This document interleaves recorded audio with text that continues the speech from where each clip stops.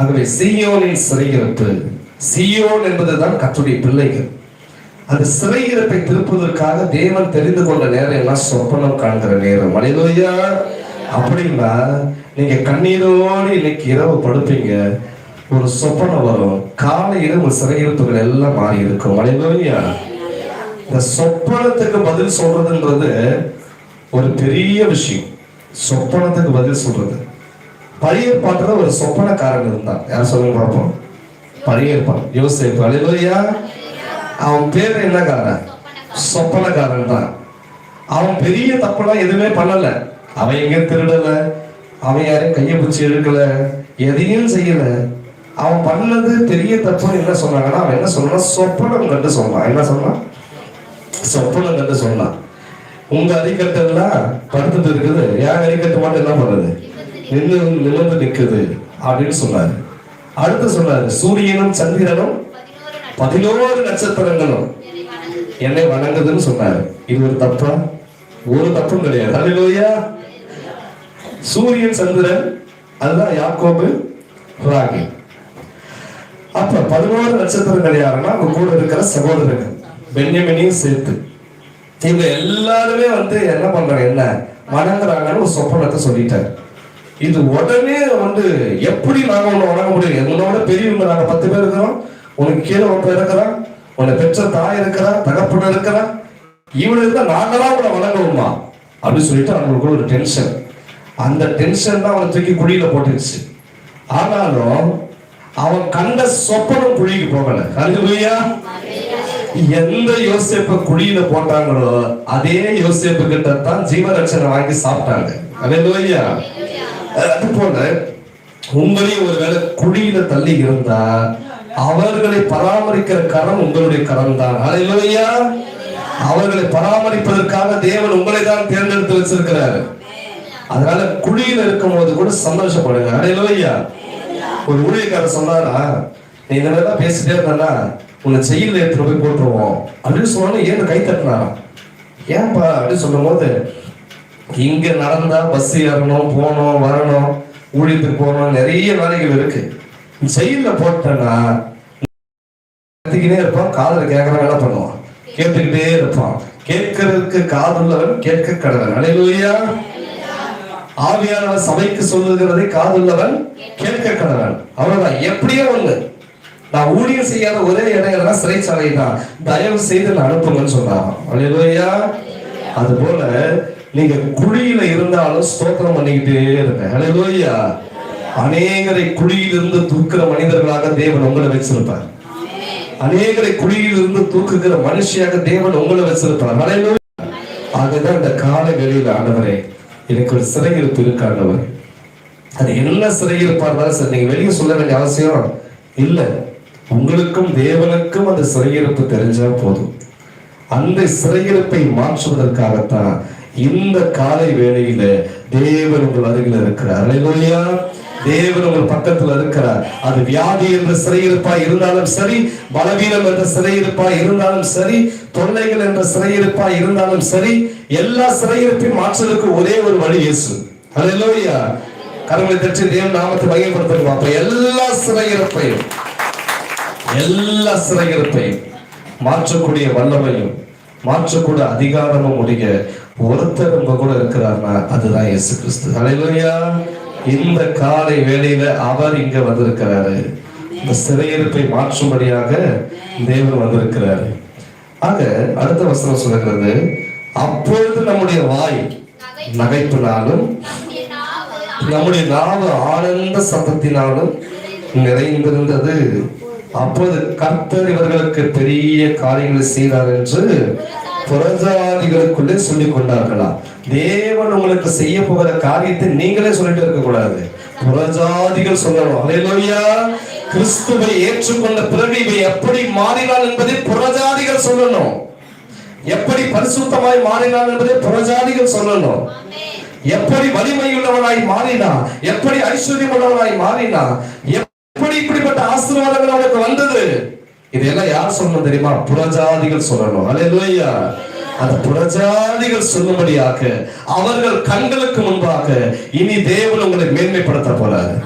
எந்த புறஜாதிகள் உங்களுக்கு சாபமிட்டாங்களோ, எந்த புறஜாதிகள் உங்களை சபித்தார்களோ, எந்த புறஜாதிகள் உங்களை அவமாய் பேசினார்களோ, அதே நாவுகள் சொல்லும் எங்களோட கர்த்தர் இருக்கிறார் என்று. அல்லேலூயா. அந்த நாவுகள் யாவும் அறிக்கையிடும் இவங்களோடு கூட ஆண்டவர் இருக்கிறாரு, இந்த மகளோடு ஆண்டவர் இருக்கிறாரு, இந்த மகளோடு கர்த்தர் இருந்து பெரிய காரியத்தை செய்கிறாரு என்று தேவனே உங்களுக்கு சாட்சி கொடுப்பார். அல்லேலூயா. இந்த காலை வழியில் ஆண்டவரே இந்த சிறையிருப்பு மாறட்டும். பல நாட்கள் இருக்கிற சிறையிருப்பா இருந்தாலும் சரி, வருடங்கள் கடந்த சிறையிருப்பா இருந்தாலும் சரி, தேவனிடத்துல உங்களுடைய பார்வையை திருப்பும் பொழுது, தேவனிடத்துல உங்களை ஒப்படைக்கும் பொழுது, அவர் சமூகத்துக்கு நீங்க வரும் பொழுது, சிறையிருப்பை மாற்றுற ஸ்பெஷலிஸ்டான அவர் அதை மாற்றுவார். அல்லேலூயா. அது எந்த நேரம் தெரியுமா? சொப்பனம் காண்கிற நேரம். அல்லேலூயா. யோசேப்புக்கு சொப்பனம் காண்கிற நேரத்துல ராஜ்யபாரத்துக்கு ஆண்டவர் கூட்டிட்டு போய் விடுத்துட்டாரு. அல்லேலூயா. நீங்க சொப்பனம் காண்கிற நேரத்துல, கண்ணீர் வடிக்கிற நேரத்துல தேவன் உங்களுக்காக ஒரு கதவை திறப்பார். 1000 கதவு மூடப்பட்டாலும் ஸ்தோத்திரம், 1001வது கதவை தேவன் திறப்பார். அல்லேலூயா. எல்லா வழிகளும் அடைக்கப்பட்டாலும் உங்களுக்கு ஸ்தோத்திரம், மோசேயை போல செங்கடலை பிளந்து உனக்கு ஒரு வழியை தேவன் உண்டாக்குவார். இதுதான் ஆண்டவர். அல்லேலூயா.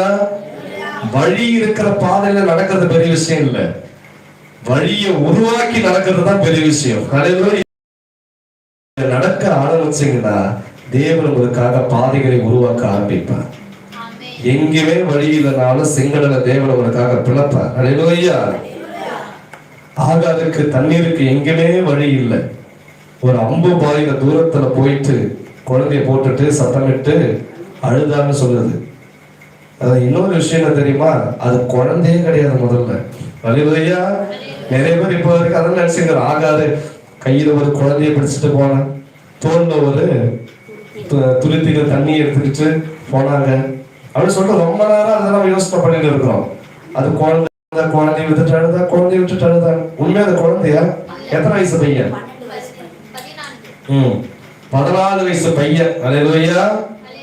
14 வயசு பையனை தூரம் போட்டுட்டு அழுதுருக்காங்க. இது எப்படி நம்ம கண்டுபிடிக்கணும்? எப்படி? ஆனா அவன் வயசே பைபிள்ல போடப்படல. அவனுக்கு 14 வயசுல. எப்படி இதை அறிஞ்சு கொள்ளணும்னா, இஸ்மவேல் பிறக்கும் பொழுது ஆபிரகாமுடைய வயது 86. அல்லேலூயா. ஈசாக்கு பிறக்கும் போது 100. 86 100 என்ன ஆச்சு? 14. அல்லேலூயா.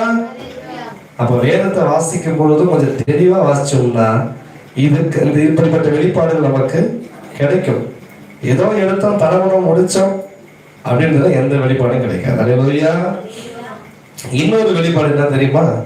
ரொம்ப நாளா போதகர்கள் சொல்றது, அவர்கள் முகத்தை அல்ல முதுகை எனக்கு காட்டினார்கள், முதுகை எனக்கு காட்டினார்கள். அவங்க என்ன சொல்றாங்கன்னா, முகத்தை காட்டல ஜாக்கெட்டை காட்டினாங்க அப்படின்னு சொல்லுவாங்க.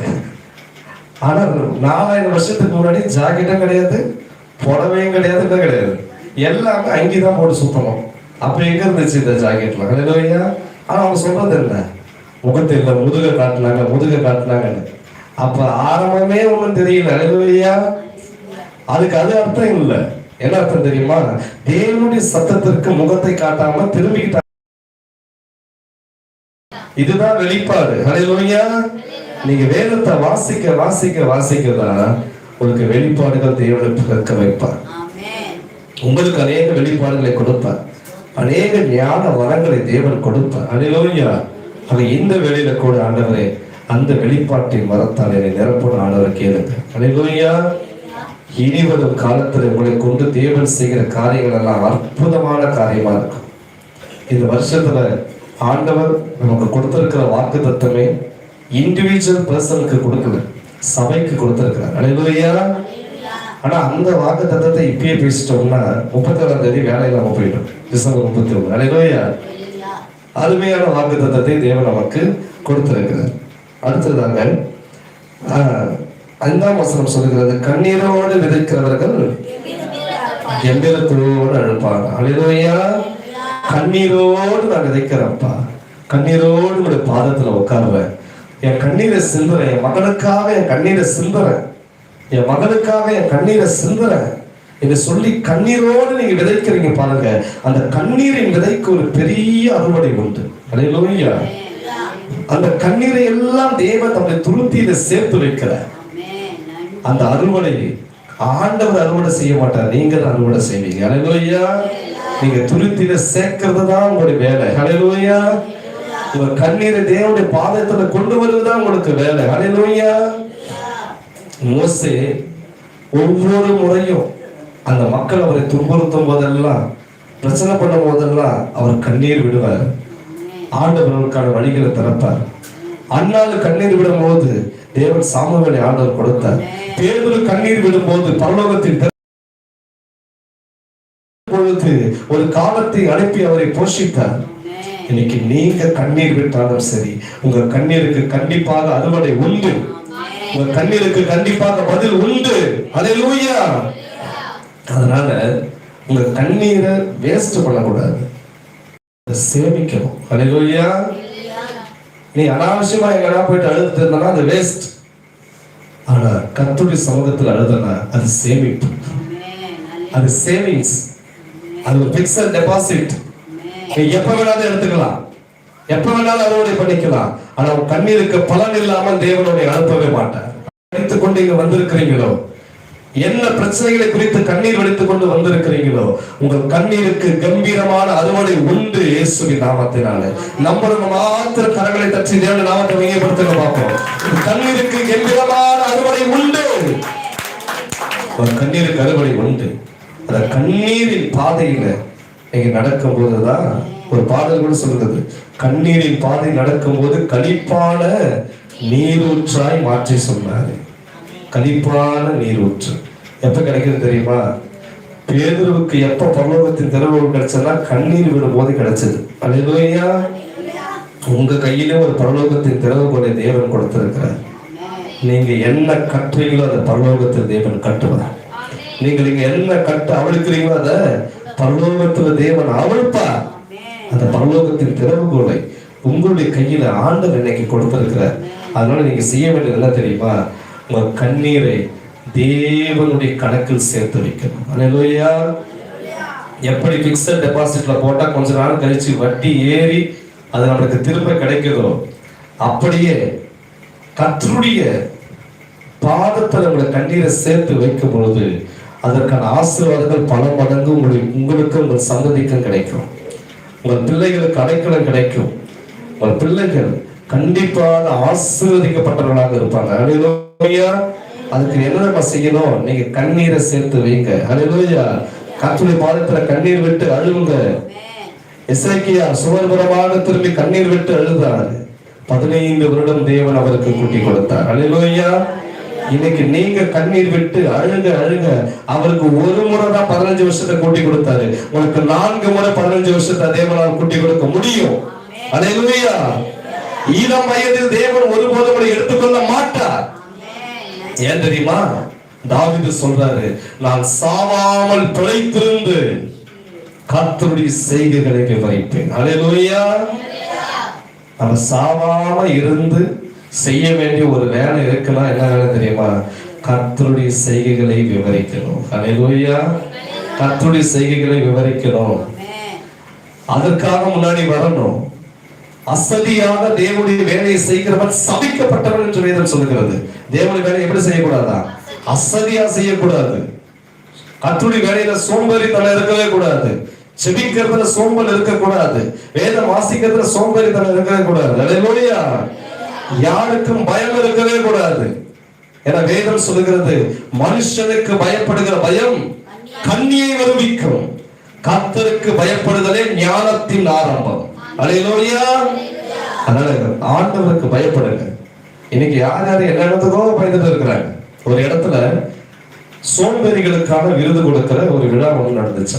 சோம்பேறிகளுக்கு பிரைஸ் கொடுக்கிறோம் அப்படின்னு சொல்லிட்டு, அப்ப யாரா ரொம்ப சோம்பேறியா இருக்கிறாங்க அடுத்து தேர்ந்தெடுத்து முதல் 2 பரிசு கொடுத்தாங்களாம். 3ஆம் பரிசும் 2ஆம் பரிசும் கொடுத்துட்டாங்க. அதுக்கப்புறமா பார்த்தா முதல் பரிசும் 2வது பரிசும் கொடுத்துட்டாங்க. 3வது பரிசுக்கு கூப்பிடுறாங்களா, அவன் வரவே மாட்டானா. ஏன்பா உங்களுக்கு இந்த விருது வாங்க உங்களுக்கு இஷ்டம் இல்லையா அப்படின்னு கேட்டாராம். அது நான்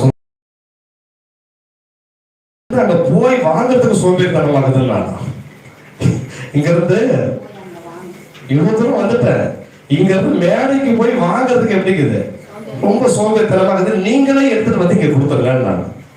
அப்புறமா அந்த ஆள் சொன்னா, முதல் பரிசு வாங்க வேண்டியவன் நீ தான், அதனால பிரைஸை மாத்தி இப்படி கொடுத்து அனுப்பிச்சுட்டாங்களா. நம்ம பாருங்க, கழுத்துல கையை வச்சுட்டு அதை வாயில வைக்க கூட சில பேர் சோம்பேறித்தனம் பண்ணுவாங்க அப்படின்னு வேதத்துல பார்த்திருக்கிறோம். இன்னொன்னு, சோம்பர் கையினால் வேலை செய்கிறவன் ஏழையாவான், சுறுசுறுப்புள்ளவன் கையோ செல்வத்தை உண்டாக்குமா. அல்லேலூயா. அதனால எங்க மாமா ஒரு 20 வருஷத்துக்கு முன்னாடி சைக்கிள் கடை வச்சிருக்கும் போது கூட அந்த வசனத்தை போட்டிருந்தார், சுறுசுறுப்புள்ளவன் கையோ செல்வத்தை உண்டாக்குன்னு சொல்லிட்டு. அல்லேலூயா. ஆனா அதை விட அவர் ஊழியத்துல சுறுசுறுப்பா இருந்ததாலதான் இன்னைக்கு நாங்கள் ஆசீர்வாதமா இருக்கோம். அல்லேலூயா. அல்லேலூயா. ஊழியத்துல மகா சுறுசுறுப்பு, அதுல சுறுசுறுப்பு இல்லையா. நைட்டு 1 மணி ஆனாலும் வண்டி எடுனா நாங்க எடுத்துட்டு போய் நேர்ந்தோம், எங்களுக்கு நேரம் காலமே கிடையாது ஊழியத்துல. அல்லேலூயா. இன்னைக்கு அப்படிதான் இருக்கணும், இன்னைக்கு அதே வழியே தான். அல்லேலூயா. அதனால கர்த்தர் நல்லவர். அல்லேலூயா. அவர் செய்கிற காரியங்கள் எல்லாம் பெரிய காரியங்களாக இனி இருக்க போகுது. அதனால சீயோனின் சிறையிருப்பை கர்த்தர் திருப்பும் போது எப்படி இருந்தோம், சொப்பனம் காண்கிறவர்கள் போல இருந்தோம். அல்லேலூயா.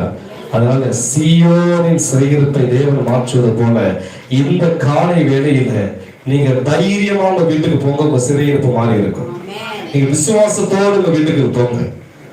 விசுவாசிக்கிறவனுக்கு எல்லாம் கூடும். நீ விசுவாசித்தபடி உனக்கு ஆகப்படுவது. நீ விசுவாசித்தால் தேவனுடைய மகிமையை காண்பாய். அல்லேலூயா. விசுவாசத்தினால் நீதிமான் பிழைப்பான். அல்லேலூயா. இன்னைக்கு நாங்க பிழைக்கிறதுக்கு ஒரு காரணம் இருக்கு, அப்படின்னா விசுவாசம் தான். நாளைக்கு என்ன சாப்பிட போறோம்ன்றது இன்னைக்கு எங்களுக்கு தெரியாது, ஆனா ஒண்ணு தெரியும், நல்லா சாப்பிடுவோம் தெரியும். அல்லேலூயா. மற்றவங்க சாப்பிட வைப்போன்றது தெரியும். அல்லேலூயா. ஏன் தெரியுமா, நாங்கள் நம்புகிறவர் இன்னார் என்று எங்களுக்கு தெரியும், அவர் எல்லாவற்றையும் செய்யக்கூடிய அதிகாரம் உள்ளவர் என்றும் எங்களுக்கு தெரியும். அல்லேலூயா. அதனால இதுவரையிலும் தேவனுடைய சங்கீத பகுதி ஆண்டவர் ஆசீர்வதித்தார் என்று நான் நம்புகிறேன். ஒரு சிறையிருப்ப ஆண்டவர் கண்டிப்பாக மாற்றுவார். அதனால ஒரு அன்பின் வேண்டுகோள் மீண்டும் சொல்றேன், வருகிற புதன்கிழமை நம்முடைய சபையில ஆண்டு விழா இருக்கு, 62வது துவக்க விழா. அதனால நீங்க எல்லாரும் ஒருத்தரும் மிஸ் ஆகாம கண்டிப்பாக நீங்க கலந்துக்கணும். அல்லேலூயா. சொல்லப்போனா உங்க குடும்பங்களோட கலந்துக்கணும். உங்க குடும்பத்துல இல்லாதவங்க கூட உங்க அன்பின் கயிறுனால கட்டி இழுத்து வரணும். அல்லேலூயா. அவர் செய்ததை நாங்கள் தொடர்ந்து செய்கிறோம். ஆண்டவருக்கு பலன் கொடுத்திருக்கிறார், அதை நீங்களும் ஒத்துழைக்கணும். முக்கியமா 6 மணி கூட்டம் ஆரம்பிக்கும், 7:15 7:30 வந்து உள்ள உட்காரக்கூடாது. அல்லேலூயா. நம்ம சபை மக்கள் முதல்ல 5:30 மணிக்கு நீங்க வந்து அப்பியர் ஆயிடும். அல்லேலூயா. எத்தனை மணிக்கு? நம்ம வாயிலே வரல பாத்தீங்களா? சொல்லுங்க, எத்தனை மணிக்கு? 5:30 மணிக்கு புதன்கிழமை நம்ம சபை மக்கள் முதலாவது நீங்க குடும்பங்களோடு வந்து இங்க அப்பியர் ஆயிடும். அல்லேலூயா. வரவங்களை நீங்க வரவேற்கணும், நீங்க அவங்களை உபசரிக்கணும். அதுதான். இப்ப உங்க குடும்பத்துல ஒரு கல்யாணம் இருக்கு, காது குத்துல இருக்குது, யாராச்சும் ரேஷன் கடைக்கு போயிட்டு 11 மணிக்கு வருவீங்களா? வரமாட்டோம். இல்ல உங்க வீட்டுக்கு வந்து ஒரு சிஎம் வந்திருக்காரு, வந்து உட்காந்துட்டு இருக்கிறாரு, கொஞ்ச நேரம் அவர் உட்காந்து சொல்லுங்க, என்ன ஆயிட போது சொல்லுவோமா? சொல்ல மாட்டோம். இது என்ன ஃபங்க்ஷன்னா குடும்ப ஃபங்க்ஷன் தான். அல்லேலூயா. பல குடும்பங்கள் சேர்ந்த ஒரு குடும்பம் தான் ஆதி அப்போஸ்தலர் சபை. அல்லேலூயா. கரங்களை தட்டி தேவனை நாமத்தை வாங்கிப்படுத்துறோம். அல்லேலூயா. அதனால நல்ல முக்கியமான விஷயம், சில பேருக்கு வந்து நான் போட்டோ கேட்டிருந்தேன், ஒன்றும் எனக்கு வரல, அதனால கொஞ்சம் வெயிட் பண்ணுங்க. நீங்களாம் கொஞ்சம் வெயிட் பண்ணுங்க, போட்டோ எடுக்கணும். ஏன்னா ஏன் வந்து இந்த முறை வந்து சம மூப்பர்கள் எல்லாம் பேனர்ல போடுறோம் அப்படின்னா, வரவங்க பேசுவாங்க, ஆசீர்வதிப்பாங்க, போயிடுவாங்க. ஆனா எங்களுக்கு எவ்வளோ இழப்பு வந்தோம், எவ்வளோ பாடுகள் வந்தோம், எவ்வளோ பிரச்சனைகள் வந்தோம், எங்களோட துணை நிற்கிறவங்க ஒவ்வொருவரையும் நாங்கள் கடன் பண்ண விரும்புகிறோம். அல்லேலூயா. அதை செய்யணும், ஒவ்வொரு முறையும் செய்யணும். 1000 பேர் நம்ம சபையில் இருந்தாலும் 1000 பேருக்கு நம்ம போடுவோம். அல்லேலூயா. ஏன் தெரியுமா? நீங்கள் எல்லாருமே தேவனுக்கு விசேஷித்தமானவர்கள். அல்லேலூயா. அதனால சபை மூப்பர்கள் உங்களுடைய ஃபோட்டோஸ் எல்லாத்தையும் சில பேர் வந்துடுச்சு, பாதி வந்துடுச்சு, இன்னும் சில பேர் மிஸ்ஸிங் இருக்கு. அதனால அதை மிஸ் ஆனவங்க கூட ஆர்டர் கொண்டு வந்துட்டார். அதுக்காக ஸ்தோத்திரம். அல்லேலூயா, அல்லேலூயா. ராமத்தில வந்து நல்ல ஃபோட்டோவாக வேண்டும். அல்லேலூயா. அது மாதிரி பிளஸ்ஸி உங்களுக்கு வரல, நீங்கள் நல்ல ஃபோட்டோவை கொடுத்துருக்கணும், சரிங்களா? அப்புறம் பவுன் தாத்தா முனுசாமி தாத்தா எடுத்துருவோம், நானே எடுத்துக்கிறேன். நீங்கள் இங்கே நில்லுங்க, ஃபோட்டோ கூட நீங்கள் எடுக்க, நானே எடுத்துக்கிறேன். மற்றவங்கெல்லாம் வந்துடுச்சு. கர்த்தருடைய நாமம் மகிமைப்படுவதாக. அந்த நாளில் உங்களையும் நாங்கள் கனப்படுத்துவோம். நல்ல மெடல்லாம் இருக்கு. ஸோ நல்ல மெடல்லாம் போட்டு சபை மூப்பர்களையும் கனப்படுத்தணுன்றது என்னுடைய ஆசை. அவசரப்பட்டு எடுத்துட்டு சேர்த்து கடைக்கு போயிடாதீங்க, ஏன்னா தங்கம் கிடையாது. அது இல்லையா? போன முறை வந்து குழந்தைங்களுக்கு மெடல் போட்டோம், சண்டே கிளாஸ் பசங்களுக்கு. அங்க தெருவில் எல்லாம் பேசிட்டாங்க, இவனுக்கு எம்மா வெளிநாட்டு பணம் வந்துச்சுன்னா ஒரு பசங்களுக்கும் அதை போட்டு வைப்பான். எது? அல்லேலூயா. அம்மா வெளிநாட்டு பணம் தலை விரிச்சு ஆடுது அவங்களுக்கு. எனக்கு தான் தெரியும் அது எல்லாம் மெடல் இல்லை. இவங்க ரெண்டா புட்டிங்கன்னா புட்டுக்கும். அல்லேலூயா. அதனால அவசரப்பட்டு, ஏன்னா நிறைய பேர் அப்படி போயிருக்காங்க. எங்க நகைக்கடையிலே வந்து அந்த மெடலை கொடுத்துட்டு இது எவ்வளவு போகும்னு கேட்டுக்கிறாங்க. அவரும் சொல்லியிருக்கிறாரு, இது 20 ரூபாய் போகும். அல்லேலூயா. எவ்வளவு போவோம்? வெறும் 20 ரூபாய் போவோம், வாங்கிக்கிறியான்னு கேட்டுக்கிறேன். அதனால அவசரப்பட்டு அப்படி போயிட போறீங்க. நான் இப்பயும் முன்கூட்டியே சொல்லிடுறேன். அல்லேலூயா. கர்த்தர்களை ஆசீர்வதிப்பா. தொடர்ந்து தேவ செய்தியை கேளுங்க. காலையிலே சில பேர்லாம் வந்து காலையிலே வந்துருங்க, கொஞ்சம் ஆயத்த வேலைகள் இருக்கும். முடிஞ்சா லீவு போடுங்க, தப்பே கிடையாது. உங்க வீட்டு ஃபங்க்ஷனுக்கு எப்படி லீவு போடுறீங்களோ அப்படி லீவு போடுங்க. பிரதர் குமார், வெங்கட்ராமண்ணன், லஸ்ஸி, நீங்களாம் வந்து காலையில வந்துட்டீங்கன்னா ரொம்ப சந்தோஷம். அல்லேலூயா. ஏன்னா நீங்க தான் இதை செய்யணும், எடுத்து செய்யணும். அதனால உங்களை நம்பி தான் அவர் எங்களை விட்டுட்டு போயிருக்காரு. அல்லேலூயா. யாரை நம்பி போயிருக்காரு? எனக்கு சில நேரம் ஃபீல் பண்ணுவோம், ஏதாச்சும் சொன்னா அவர்கிட்ட போய் நிற்போமே, இப்போ நிற்க முடியலையேன்னு. ஆனால் அவர் உங்களை நம்பி போயிருக்காரு. அல்லேலூயா. அநேக சொந்தங்களை எங்களுக்கு வைத்து விட்டு போயிருக்காரு. அதனால கர்த்தருக்கு ஸ்தோத்திரம். கர்த்தர் நாம் வங்கிப்படுத்தும். தொடர்ந்து தேவ செய்தியை கேட்டு குறித்த நேரத்துக்கு நம்ம கிளம்பலாம். அநேகருக்கு நோட்டீஸ் வந்து நான் வீட்டுக்கு வந்து கொடுப்பேன். அல்லேலூயா. இன்னைக்கு அல்லது நாளைக்கு. ஏன் சபையில் கொடுக்கலன்னா